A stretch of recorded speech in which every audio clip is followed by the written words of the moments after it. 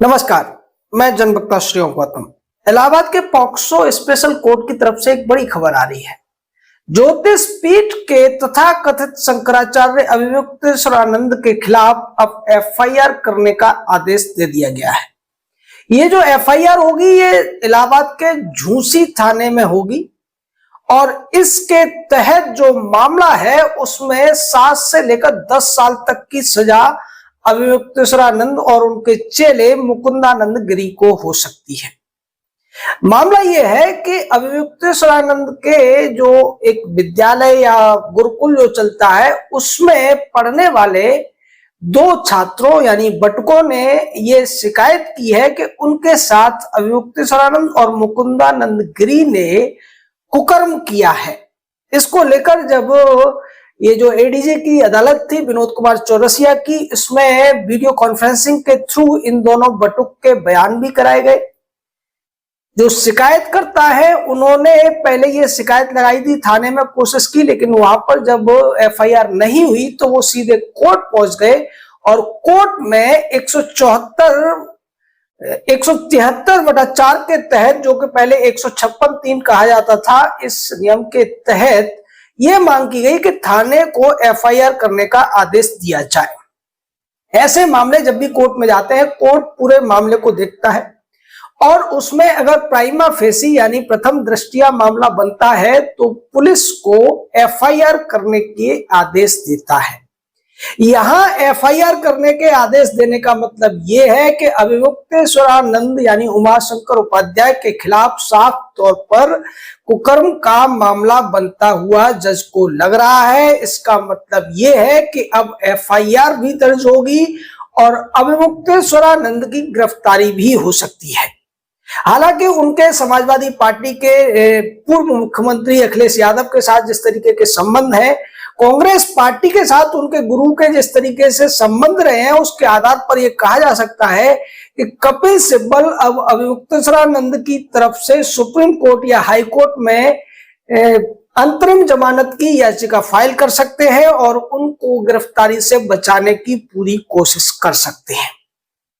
ये जो व्यक्ति है ये खुद को शंकराचार्य कहता है, लेकिन कोर्ट में अभी भी मामला लंबित है और जो बाकी के 3 शंकराचार्य हैं, 3 में से 2 कहा जा सकता है, क्योंकि दूसरे तो उसी स्वरूपानंद का चेले हैं जिनके ऊपर भी विवाद था, लेकिन उनको मान लिया गया है। बाकी जो 2 शंकराचार्य हैं उन्होंने मान्यता नहीं दे रखी है अभियुक्तेश्वरानंद को और इसका यह दावा है कि स्वरूपानंद ने इसको शंकराचार्य घोषित कर दिया था।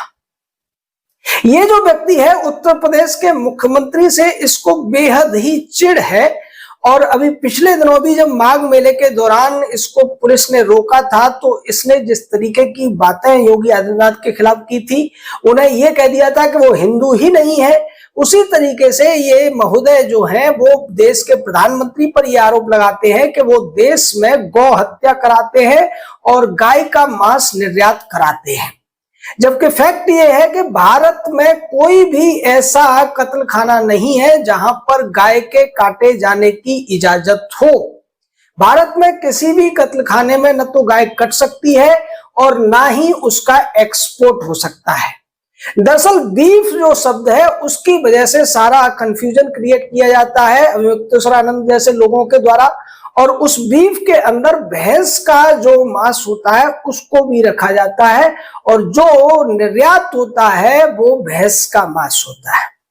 लेकिन अभियुक्तेश्वरानंद हर बार अपने वीडियो में या बयानों में इस तरीके की बातें करते हैं कि मोदी सरकार ये करा रही है, इतना सब हो रहा है, और तमाम तरीके की राजनीतिक भाषा का इस्तेमाल करते हुए जिस तरीके से वो योगी आदित्यनाथ पर निशाना साधते हैं, तो आज जब एफआईआर की खबर आई तब भी अभियुक्तेश्वरानंद इससे चूके नहीं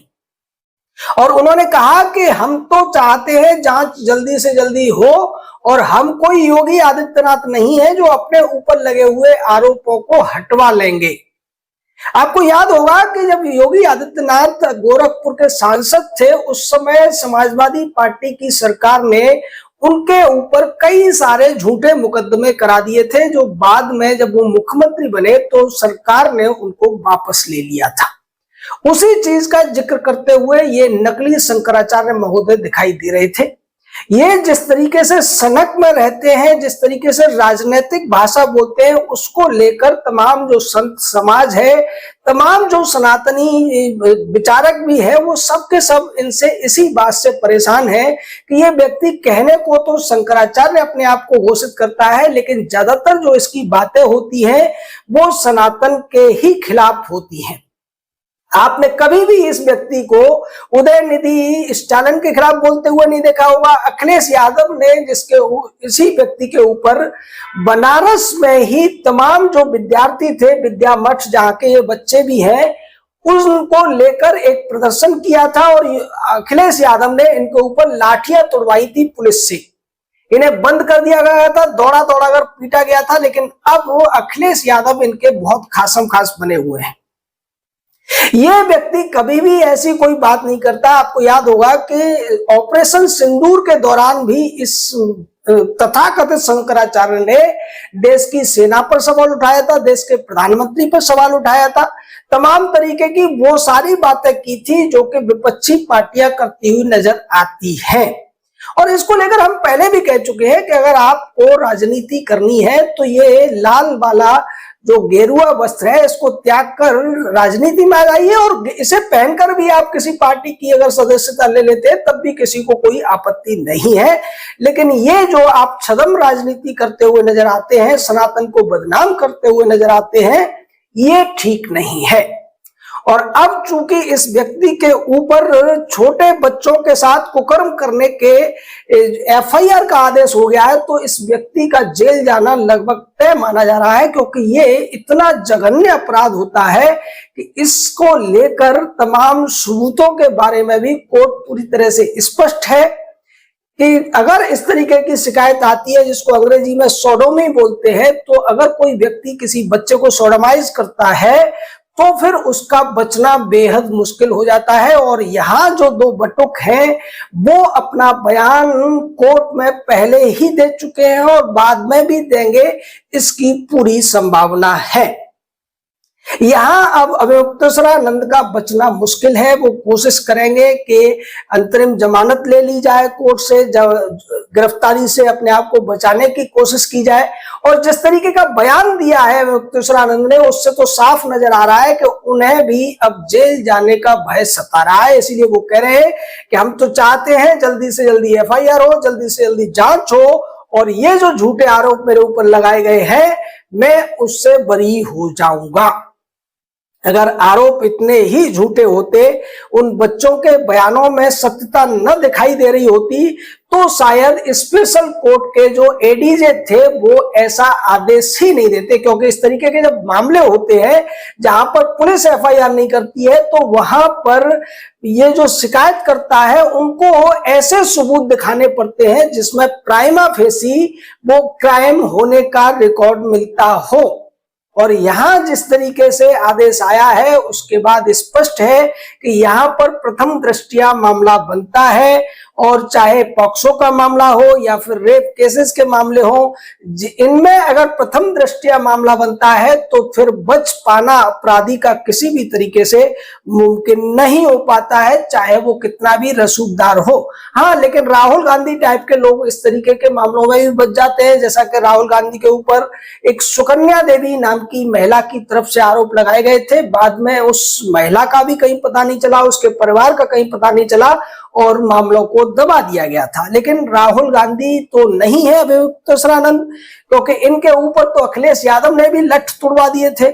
तो अब जिस तरीके से ये उत्तर प्रदेश सरकार के खिलाफ, उत्तर प्रदेश के मुख्यमंत्री के खिलाफ बयानबाजी कर रहे हैं, उसके बाद ऐसा लगता है कि पुलिस इनको इतनी आसानी से छोड़ने वाली नहीं है। इनके अंदर जो एक घमंड जैसा भरा हुआ है, दंभ भरा हुआ है, और ये खुद को संत कहते हैं,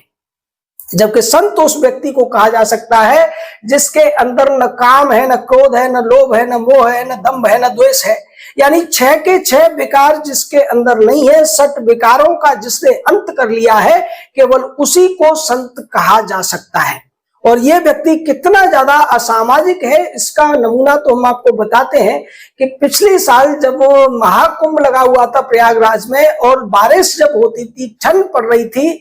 तब भी ये व्यक्ति, जिसका कि बहुत बड़ा पांडाल था वहां पर, कह सकते हैं कि कम से कम 5 से 7 एकड़ में इसका पांडाल फैला हुआ था, लेकिन वहां ये किसी भी तीर्थ यात्री को रात में रुकने नहीं देता था। इसके जो गार्ड होते थे वो लोगों को वहां से भगा दिया करते थे, जबकि इसके आसपास ही जो दूसरे पांडाल हुआ करते थे वहां लोगों को रात में रुकने की जगह भी मिलती थी, भोजन भी मिलता था, सारी चीजें वहां उपलब्ध कराई जाती थी, क्योंकि ये सारी चीजें जो दी जाती है वो राज्य सरकार की तरफ से दी जाती है। और राज्य सरकार की तरफ से यह भी कहा जाता है कि अगर कोई तीर्थ यात्री आपके यहाँ आकर बैठता है, सोता है, तो आप उसे मना नहीं कर सकते हैं। लेकिन अवयुक्तेश्वरानंद का जो पंडाल था उसके गेट बंद हो जाया करते थे, लकड़ी की जो एक बनाए जाते हैं, रेडीमेड जो गेट बना लिए जाते हैं, और जो गार्ड होते थे, सिक्योरिटी गार्ड, वो लोगों को बाहर निकाल देते थे। लोग बहुत परेशान थे इनके पंडाल से। तो इस तरीके की सोच वाला व्यक्ति न तो कोई संत हो सकता है, न सन्यासी हो सकता है, न सनातनी हो सकता है, क्योंकि सनातनियों के लिए भी ये कहा गया है कि अतिथि देवो भव। जो आपके यहाँ आ गया है आप उसका तिरस्कार नहीं कर सकते, आपको उसका सम्मान करना चाहिए, आपको उसकी खातिरदारी करनी चाहिए, उसे भोजन पानी के लिए पूछना चाहिए, और अगर रात है तो उसको टिकाना भी चाहिए। लेकिन अवयुक्तेश्वरानंद का जो व्यवहार है वो न तो सनातनी है, न संत वाला है, और ना ही, जैसा कि वो दावा करते हैं, शंकराचार्य वाला है। अब तो वो एक कुकर्म के आरोप में जेल जाने वाले हैं, और ये वास्तव में इनको इनके कर्मों का ही फल है जो मिलने वाला है। आपका इस पूरे मामले पर क्या कहना, आप राय दीजिए। हमारे साथ जुड़े रहिए। जय हिंद, जय भारत।